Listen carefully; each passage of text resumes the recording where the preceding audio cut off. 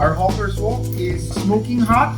Okay, tonight for dinner is stir-fried minced duck with water chestnut. So we start with our usual garlic, ginger, shallot stir-fried. We put in our water chestnuts.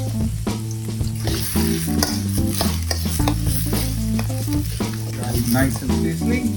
We put in our minced duck. This duck was marinated in soy and fermented bean paste and chili sambal. And we are putting in some herbs like cilantro and leeks. Okay, let's put the sauce. It's barbecue marinade, something that I just put together, and some hoisin and some glucose. So borrowing technique from different countries. Let's put in some rice wine.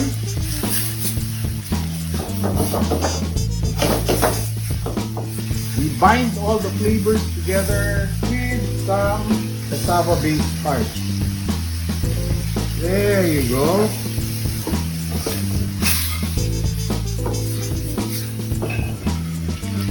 Okay, that's done.